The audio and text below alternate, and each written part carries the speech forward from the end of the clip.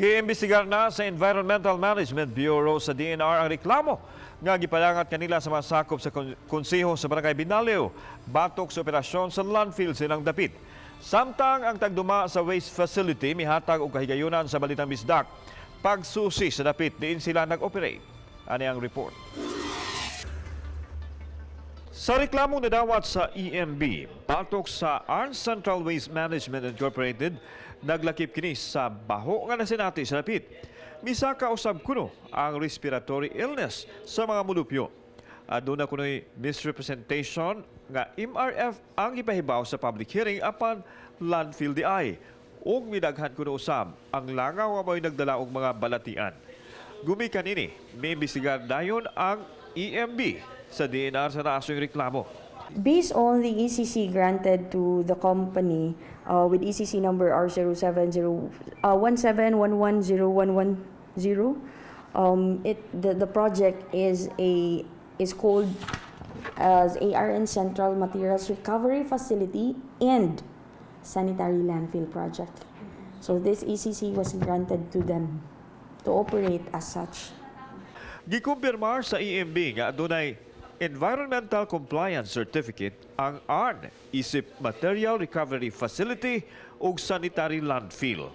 Suma ni Engineer Cindy Pipito sa EMB nga susihon nila kung nakatuman ba sa mga reglamento ang naasong pasilidad. Issuance of a CDO or cease desist order, if makita nato ang wala gi compliance ana niya, ang naamang gud nakabutang nato sa namtag ginatawag og pollution adjudication board, sir, it's equal to a regional trial court who handles pollution cases. Duha lang na ang desisyon jud ana, so either ma CDO siya o mabayad siya og penalty or both. Samtang yadto sa Balitang Bisdak ang ARN Central Material Recovery Facility and Sanitary Landfill sa sitio Kainsikan, Barangay Binaliw. Ana ang kinimahimutang sa dapit nga napalibutan sa bukid ug distansya ra sa kinabang ang kabalayan. Gipaniguro sa presidente sa ARN Central nga si Sherwin Santos nga compliant sila sa nalatid nga lagda. Gipakita niya ang sitwasyon sa ilang operasyon gikan sa paghuwan sa mga hauler sa basura. This is the landfill. It's your engineered sanitary landfill. We call it pit number 2.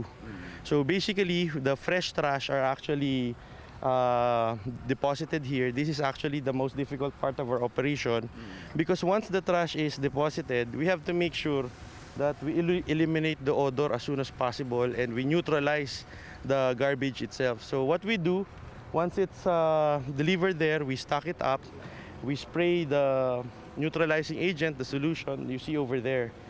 Within hours, we start covering the entire area with soil.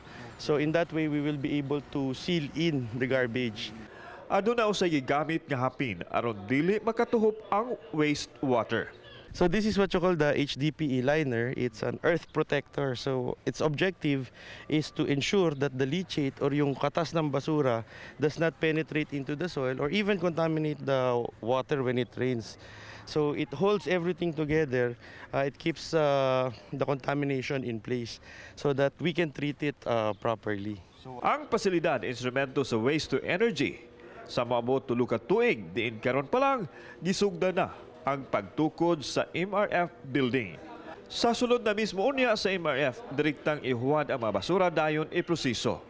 Samtang gihangok nila ang investigasyon nga gihimo karon sa EMB. Andam usab silang maminaw sa sentimento sa mga tao.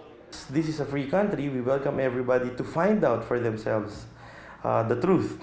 So we would like to invite them. Maybe they could set an appointment, have somebody go to our office and see for themselves, and maybe hopefully they can appreciate what we're doing here. Samtang yadto sa Jamie News ang Binaliw Barangay Hall apan wala ang mga sakop sa Konseho nga mipadangat sa ilang reklamo. Naabtan hinunamo ang tulo ka mga sakop sa EMB nga nakigatubang sa Barangay Kapitan isip kabahin sa ilang pakisusi. Si Kapitan Vivian Rusty usa sa gitumbok sa reklamo nga wa mo issue og cease and desist order bisan og adunay mga perma sa katawhan mahitungod sa reklamo. Mitubag ang kapitan nga wa pay basihan sa pag-issue sa cease and desist order. makig-alayon pa siya sa ubang ahensya sama sa DENR nga moimbestigar ug maihaom nga muluwat og CDO. One thing also nga gusto gyud ko mo verify kay bisan pa siguro kung sa kadaghan na atong disease and disease order nga himuon kung we are not the proper authority to issue kay dili man kita ang nag-issue good o kanang permits. Gitawag na usab niya ang atensyon sa waste facility kalabot sa sayo nga pagsugod sa ilang operasyon nga unta sa Hulyo pa ang gikatakda. Isto good mi nga duna sad mi katabang sa mga problema unya nga moabot. It's because of the landfill. Ug do naman. Sa record sa Barangay Health Center, way pagsaka sa mga nagasakit nga adunay kalabigitan sa basura. Medyo midaghan ang langaw apan dili usab direktang mapasangil sa landfill kay aduna kunoy ubang factor sama sa pagpamuwak sa mga fruit-bearing trees. Wala ray kanana ang nitaas ang kaso narigihapon siya naaram gigihapon ng mga ubo, sipon ana nga moabot diha sa tong health center pero dili jud siya nga as in nitaas pagsugod og abli sa landfill. Kuhaan pa sa GMA News ang habig sa mga reklamante. Kauban si John Solon, ako si Alan Domingo, Balitang, Bisdak.